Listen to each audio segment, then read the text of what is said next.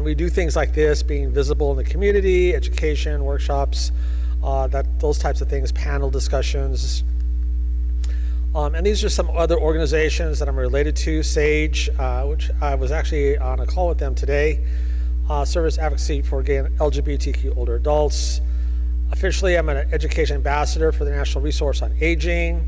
The light bulb shaped one, which we had a meeting today as well, is the LGBTQ subcommittee for the LA County Department of Mental Health. The earth shaped one is Queers for Climate, and Pink Panthers is LGBTQ advocacy and policy. So here are the things that we will cover tonight. What this is about. I think some people may have not understood what this is about, so we'll kind of explain that and then go through what Spectralia really is. Again, it's a whole new concept, which I think is great because, Kwanzaa came out of Long Beach too, and it took a while for that to catch on. So I was inspired by Kwanzaa and Hanukkah for a multi-day kind of celebration type of thing. So the pride flag, which I'm wearing today, was actually designed by Gilbert Baker. Had 8 stripes, but now it has 6 because it was a whole fabric and dye and color thing. But it was designed to symbolize pride, diversity within the LGBT community, and it occurs naturally in nature. So as a whole, the message it sends is that even though we're diverse, we're vibrant and united, and that we celebrate our identities through this symbol. And it's not one of shame. And it's one of the most recognized LGBTQ symbols in the entire world. The progressive pride flag, so the one you see with the chevron coming in through the side, brought in more dimension to the original flag. So people of color, people living with HIV. And so the chevron that comes in is that we're all moving forward together and that there's no one left behind. And some people see the progressive pride flag, but they don't understand maybe the whole dimension that actually brings to it. So the original pride flag right here, life, healing, sunlight, nature, harmony or peace, and spirit, and then jumping over to the progressive pride flag. So the black bar, which got introduced during this version, is for people living with HIV and AIDS or survivors of HIV and AIDS. Brown is for people of color. The blue and the pink are for transgendered persons. And the white is for intersex or non-binary people. And again, the chevron symbolizes moving together, all as one. No one's left behind. And so Spectralia is kind of looking at this, all 11 colors all together, and brought into it core values that we affirm life, that we commit to healing, that we celebrate the power of being seen or visibility. We're part of the natural world. We practice peace within our community, respect everybody's identity, and never forget those who have lost, and we'll get into that later on during this presentation. We welcome marginalized persons. We affirm everybody's right to define themselves. Honor with bravery that takes to live authentically, which is difficult, especially now for younger people with our country, the administration taking away transgender rights. Binary people fall into there, drag queens fall into there. And moving forward together, no one's left behind. So what is this? So we're looking at the colors. And so what I also did here is I kind of created deities to go with each color. And this is where all the colors are coming in. So you see here, Vivo, or the Flame Keeper, is a deity of life, survival, and sacred fire. So the torch that burns red at its base and shifts to all the spectrum colors at its tip. So it's like, I burn, therefore I am. So it's the first color of the spectrum, and it's the will to live. For the wreath, the flame, it doesn't consume. And it's really illuminating people of survivors of AIDS, violence, people who are depressed. So it's kind of like showing the way. Here's the light. So it's neither male nor female, but it's more kind of a warrior color that brings us all together. It protects people. And then Sonara, which is a wounded healer, or the deity of healing, restoration, and communal medicine. And this you can see by communities that get together around, like in drumming circles or healing circles. This is what Sonara is all about. So with an orange glow, with a spiral as the center, the wound is where the light enters the circle. So it teaches us that healing is not the erasure of pain, but it transfers wisdom. In fact, I was in a conversation recently, and part of the conversation from somebody else said that wisdom comes from pain, from our life experiences, which I kind of had to stop and think about that. And for some people, that is true, that if we have a painful experience, that's where we learn from, and we can reflect on it and teach other people or talk to other people about that pain, and maybe hopefully eliminate pain in somebody else's life. And then we got to Lumine, which is the radiant truth teller. So the deity of visibility, joy, sunlight, and authentic expression. So this is the sunburst in your human eye. It's your center. To be seen as an act of courage. To be truly as an act of love in the light. So to be joyful, coming out, drag as a sacred art, and to stop hiding. And again, in our country right now, it's very difficult for some people to be out and be visible. Even for people older like myself, who may have to recloset because they're going into a care home or a senior living facility, and they're not sure about how they can be accepted or welcome in those spaces. So some LGBTQ older adults recloset. And this is telling you to not do that, to live your life authentically at any age. Trefe, the Green Lord, or the Lady of the Wild, so the deity of nature, our rootedness in nature and the sacred queer body. So representing both the fern, fond, and double helix of life. So we don't come from nature, we are nature, and remember it itself. And I was writing an essay not too long ago, and in my research in the essay, which I'll get to later this month, because this essay is gonna come out on Juneteenth. But in it, in my research in this Juneteenth essay, is that part of the research went into nature and how the soil remembers. It remembers that you walked on it, it remembers what you did to it, and it kind of gives back what you've done to it. So if you treated it well, it will treat you well. So like for a farmer or something like that. But equally so, in the research that I did for Juneteenth, is water. And water was really interesting in this essay because, in Juneteenth, African people were brought across the Atlantic to the United States or to other countries. The United States wasn't the only country that did slavery. But there were a number of African people that were tossed overboard because they were sick or weak or whatever off the ships. And so water welcomed all those people. So water is kind of the mother or oversees and took in all those people in pain and in comfort. So the other thing is, it went on to say is that, remember, your ancestors, how far back your ancestors go. And if you want to go all the way back to caveman days, that water that was there is still circling the earth. So you could possibly be drinking the water that your ancestors drank, because water recycles through rain, reservoirs, that kind of thing. So there's a huge connection to nature, if you really think about it, not just for LGBTQ people, but for all people. There's this connection there. And the other thing with nature is that it's said through documentaries and stuff that there are trees in the forest and parks and stuff. And like your human body, which has a bunch of, runs on electricity, trees talk to each other through electricity that goes to the ground. And so if you take off your socks and shoes and walk barefoot on the ground, you're connecting to that energy that comes from the trees. Or if you're near the ocean, the same thing, on the sand near the beach. And that's why you come out of nature feeling rejuvenated, because you've reconnected that. And the recommended time for that is like a minimum of like 20 minutes to be out there in the sun with nature, taking like what they call a nature bath or a forest bath, just being one with nature or the ocean, wherever you happen to be. So it's for like all bodies, it's rejuvenation.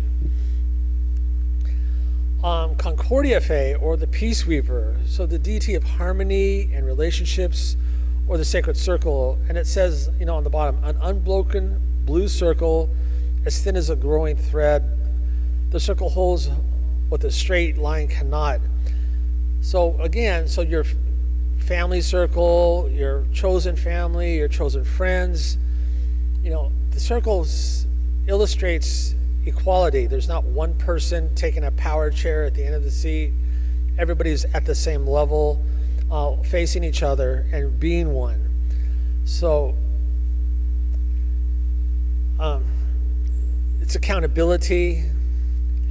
Your chosen family is in there again, so I'm repeating myself, but the patron of lovers and friends and communities all are part of this circle, like the circle of life. Our community is a circle.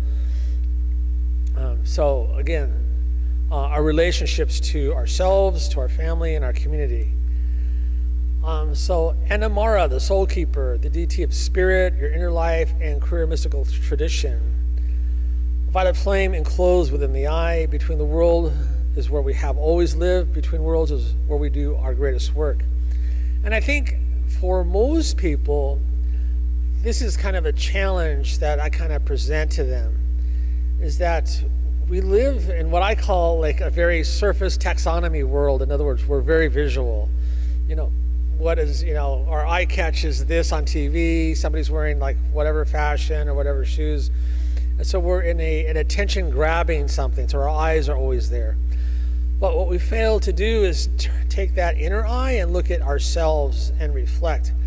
And some people ask me, well, what do you mean by that? And I said, well, being older gives me perspective. And that perspective gives me time to reflect on what I've experienced firsthand prior to where I am now. And then maybe teach from those learnings that I've had. And there's a lot of learnings going on right now.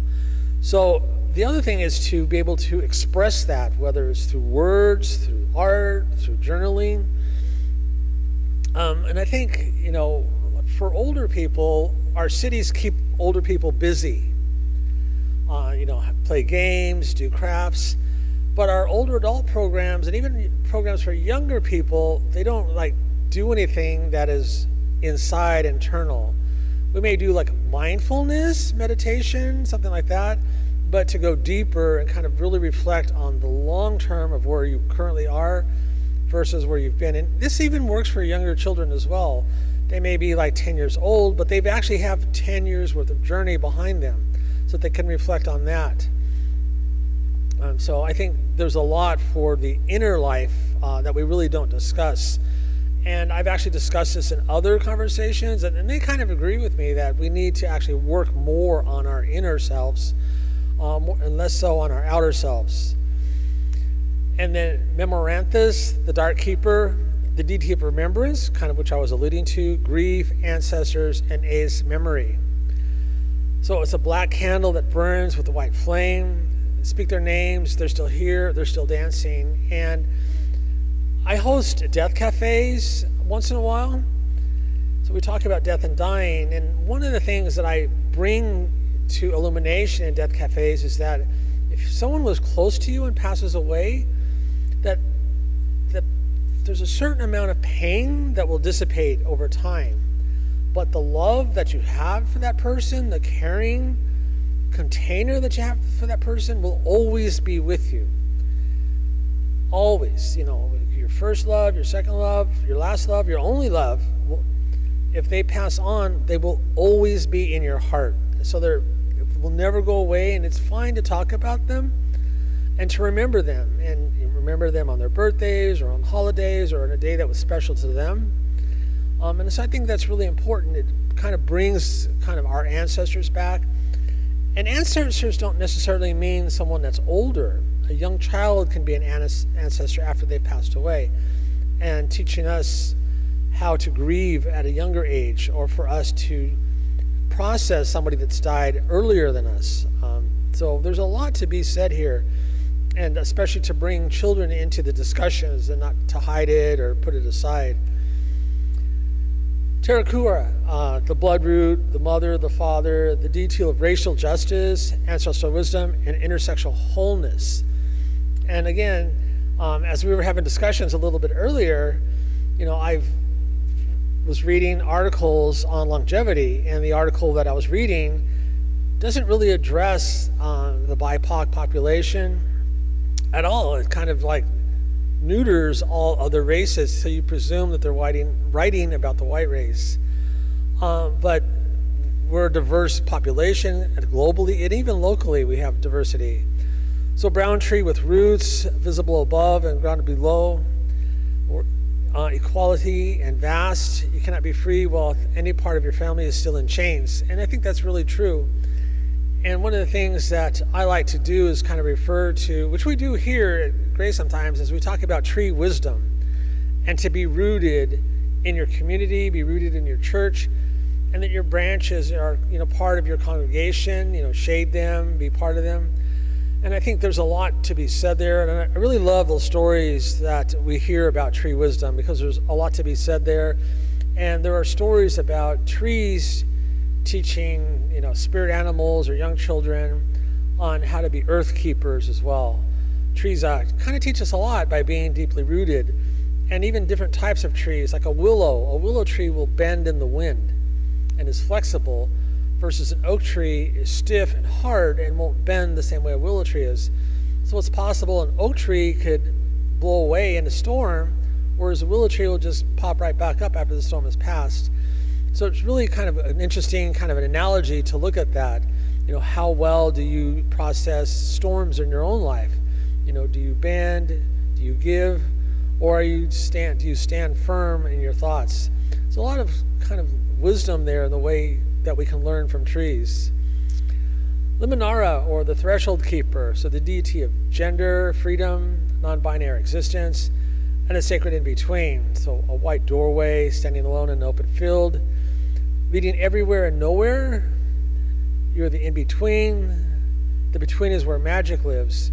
And I think sometimes, in our lives, we may be non-binary, or we're capable of being non-binary.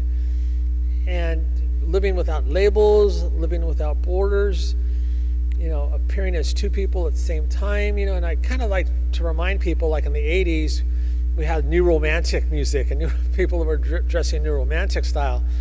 And it was kind of very fluid, how are they dressing?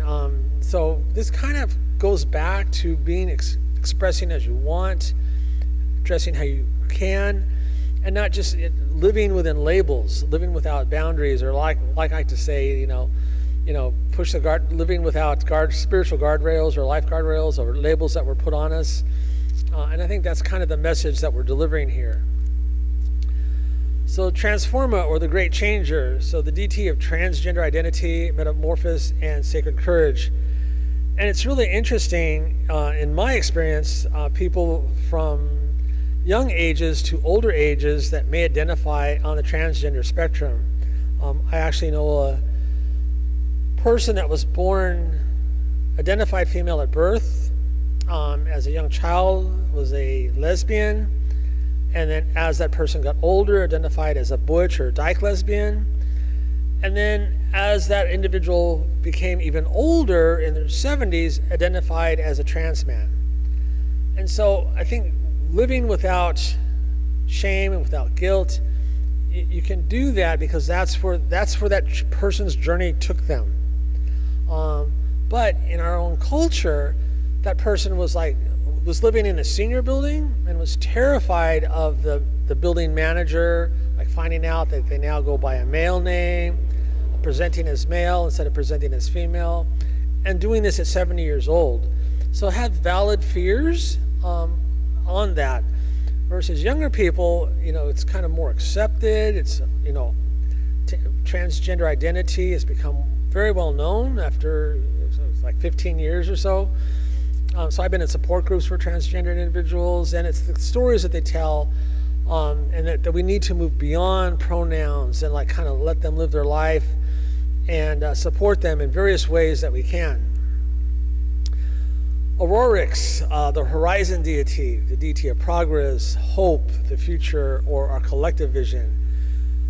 So the horizon is always what's coming up, what's on the future, and as it says on the bottom, a light blue horizon line with the sun just below it, always about to rise. The horizon is not the end, it's just the direction. So again, if you take the progress pride flag, moving forward together towards a destination. We may not know what that destination is, but I'll give you a clue a little bit later. So it's, it's also for play. It's not just, one thing. So expressing yourself, your physical self, because it's something to be celebrated. And there's just not one vision, there are multiple visions. Because as it says towards the center of collective vision of the community, and that could be expressed in many ways. It's not a utopia, but eyes open and hope and grounded in knowledge of how much has already been survived and achieved. See, these are like people like myself who are organizers, people that dream, young people who is going to carry our work forward. So that's where this takes us. And then to sum this all up, these are all the deities, their names, how the names were created, where they were Latin, Spanish, and Sanskrit, its linguistic roots, and then literal meaning. So when I created this, I had no idea I was creating this whole etymology of language. I didn't do it intentionally. It was just kind of a byproduct of how this whole project took off. And as it says at the bottom, in the roots of words, as in the roots of trees, we find that everything is connected to everything else. So again, as it says, a Spectralian reflection on etymology as a sacred practice. And I think words tell a whole journey unto themselves, and they change. Like a while back we had Ebonics, and words can become symbols. So now we talk in emojis sometimes, or even like OMG, those types of things. So it's how our words are changing, how we've changed and evolved. It's kind of interesting. But from a traditional sense, this is how I kind of created this whole etymology. I spent quite a while developing this. I didn't believe I had it in me, but there it is. I think we can surprise ourselves sometimes. And so ritual and tradition. So what this Spectralia really is actually a celebration of every color of the progress flag. So 11 colors, it's 11 days, and you have a drum that you beat at a very slow pace. You have a progress pride flag. You have an altar with 11 colors of, or you can buy just regular candles and put like paper mache colors around them. I think because finding 11 colored candles is going to be hard, especially if you use like votive candles. A bowl of water. So what is the bowl of water for? It goes with the next one, a vessel filled with folded papers and names written by attendees. So that is like, in the ceremony, you would kind of write somebody that is in your memory, who's passed away, and that you're remembering them. And that we've kind of put that in this container and kind of like remember them and collectively and read them aloud, the same as you would, for another ceremony that's honoring our past elders. The bowl of water is kind of like our libation, kind of taking that from Kwanzaa. Green branches for our nature, a small mirror for reflection, and the smell of cedar and sage to kind of ground and center us. So these would be all the things that you would need. You would kind of see an altar or something. So this would be like your whole altar that you would put in your residence or your backyard or someplace, wherever you have room to put all this. So let me read this. This is kind of where Spectralia is really coming. So this reflection, you can like close your eyes and listen to this. But the whole basis of Spectralia can be summed up. This is actually pretty long. This is like the short version, but it's it's reflective of many things. Like I said, vision, ancestors, and how we express ourselves. So this reflection is: we were always the future. Let me tell you what I know after a long life of paying attention. We are not born into a welcoming world. We were born into a world that has clinical names for what we are.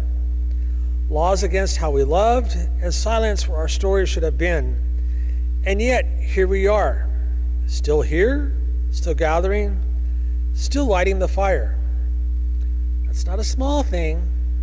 That's everything. Our history does not begin with Stonewall, though Stonewall matters enormously.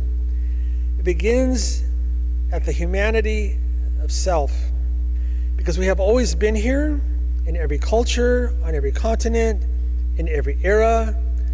We've been called sinners, criminals, the disordered, the deviant. In the rare moments when the world relaxes its grip, we create things of extraordinary beauty. We have always created things of extraordinary beauty. Then came the plague, and I will not dress it up for comfort. We were abandoned by the government, by medicine, by much of the world that was supposed to care for its people. We sat in medicine circles because the hospitals turned us away. We held each other in the dark because no one else was coming. We became, of necessity, experts of loss. And here's what I learned from that loss, what I could not understand as a younger person, and that's grief. When it is fully honored rather than suppressed, it does not make you smaller, it makes you vast. We screamed from that vastness, we organized, we built, we moved towards the horizon carrying our dead, and we did not stop moving. Look at what we have built. Legal recognition, community centers, chosen families of extraordinary resilience, an entire spiritual tradition grown from our own soil. The medicine circles, the gathering, the vigil, marching as ritual. We built it from necessity, and it's no less sacred for that. But I will not let this become a victory lap. The rights we built are under threat. We face a coordinated assault on our right to exist in public life. We have been here before. What we know is this. And we know because we keep the memory alive. And the arc has always bent back towards justice when enough of us kept pushing back. So I want to say this directly to the young and to the old. You're not starting from scratch. The ground beneath you was prepared by people who had nothing like the advantages we have today, but did the work anyway. We owe them the most fully realized life that we can live, possibly manage, not as a debt, but as a gift. Whoops. We were always the ones who knew the categories were too small. We were always the ones who built homes in the spaces between acceptable answers, and we were always the future. We just had to live long enough to prove it in the full spectrum of who we are. The horizon is real. Keep moving towards it. We were always the future. We just had to live long enough to prove it. So that is kind of the end of the presentation. And so normally what I do at this point is tell people, I'm available for doing these types of workshops. I don't do just these types of ones. I do, you can see on the list, I do advocacy, I do aging, cultural competency. I do a lot of older adult programming. I've done one for the LA County Department of Mental Health on social isolation and loneliness. Last month, the LA County Department of Mental Health had a 2-day mental health conference, and I did a session in the breakout session, which was a bridge divide, a public health approach to loneliness. I am glad to say that the session was standing room only.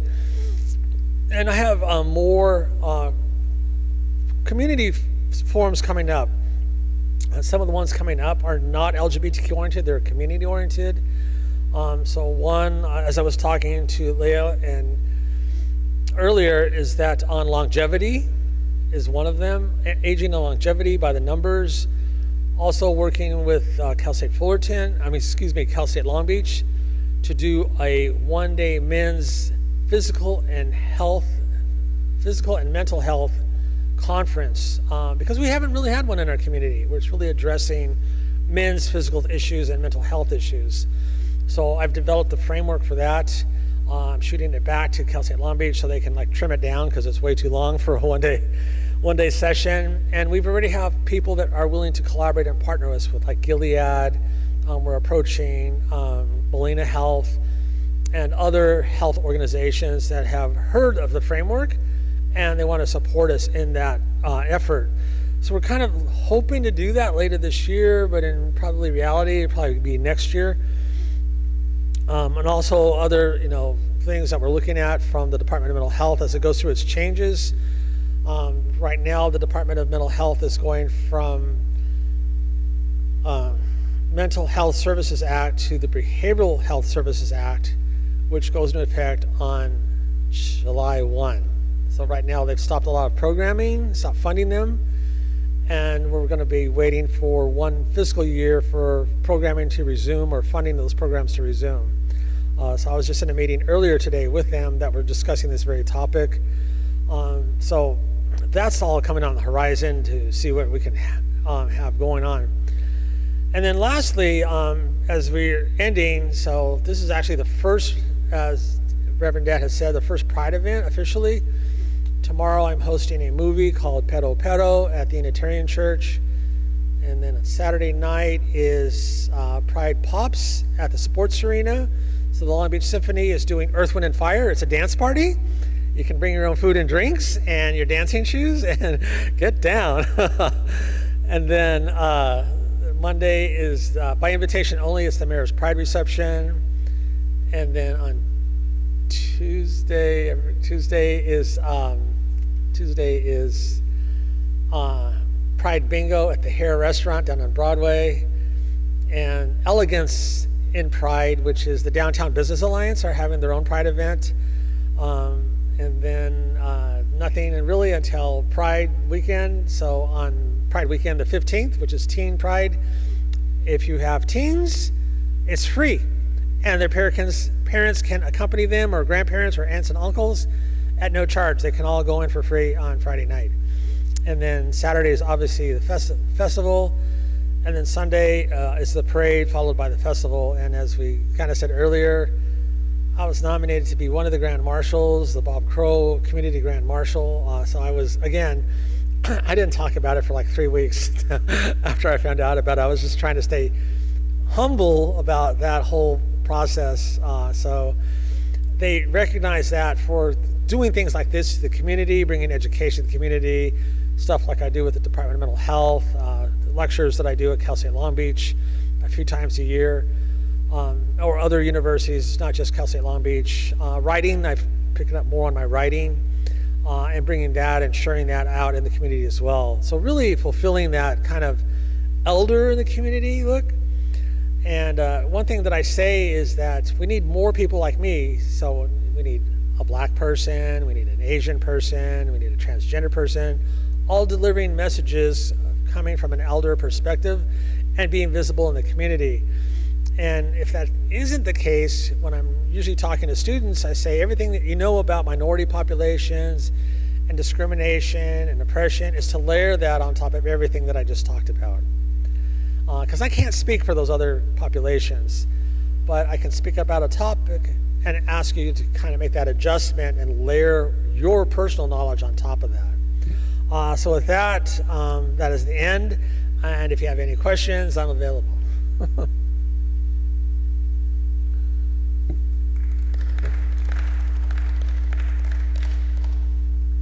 Oops. Thanks for doing that, Bill. And sure, stick around for questions, and I'm happy to give a tour of anything at the church that you want to see. I love the invitation that there be more people like you. I'm not sure the world is ready for that. Bill is connected to everyone and connects people, and I said you probably attend 3 Zoom meetings a day with community events, and he says sometimes 4. So thank you, Bill. Yes, I will share this. I was on a Microsoft Teams meeting, not a Zoom meeting, on Tuesday morning at 3:30 in the morning. But that 3:30 in the morning here in Long Beach was 11:30 in the morning in the United Kingdom. And they were having a special session in the House of Commons. So there were a bunch of LGBTQ people that were relaying their personal experience, their life experiences in the House of Commons. There were transgender individuals, gay persons, lesbians, people of color that were all there.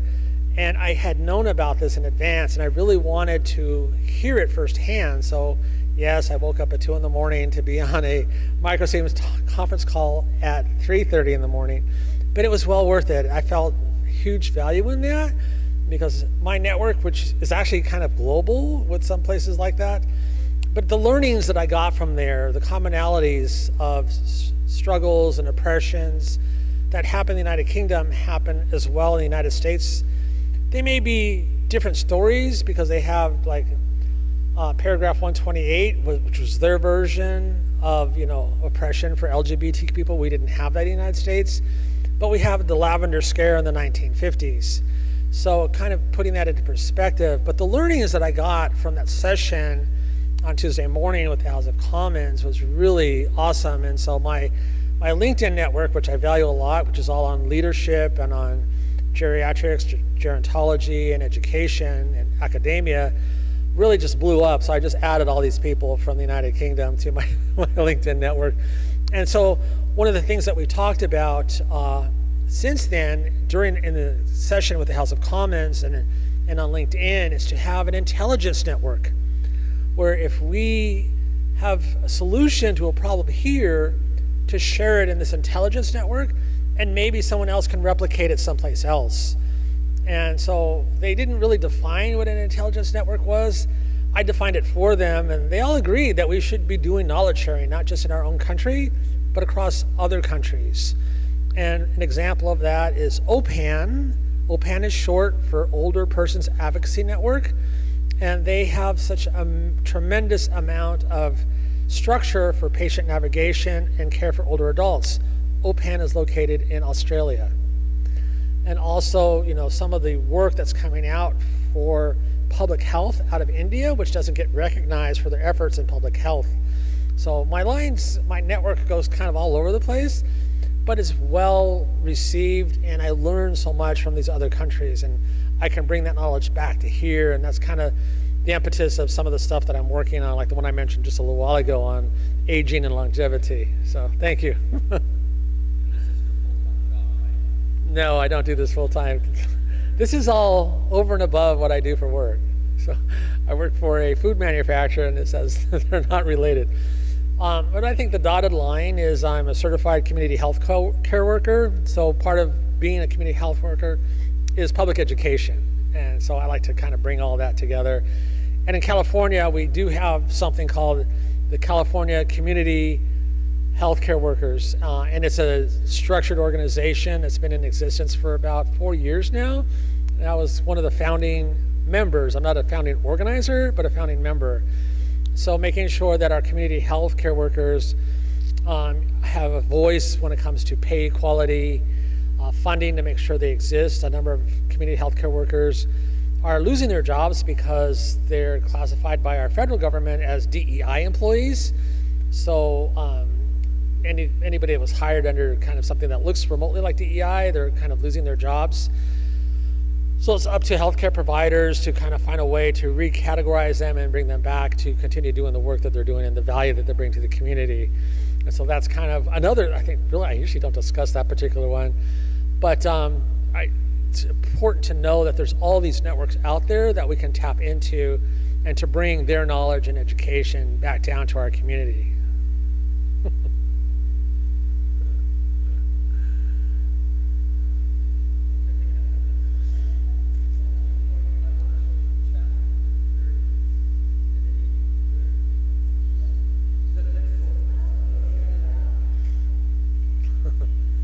You're welcome.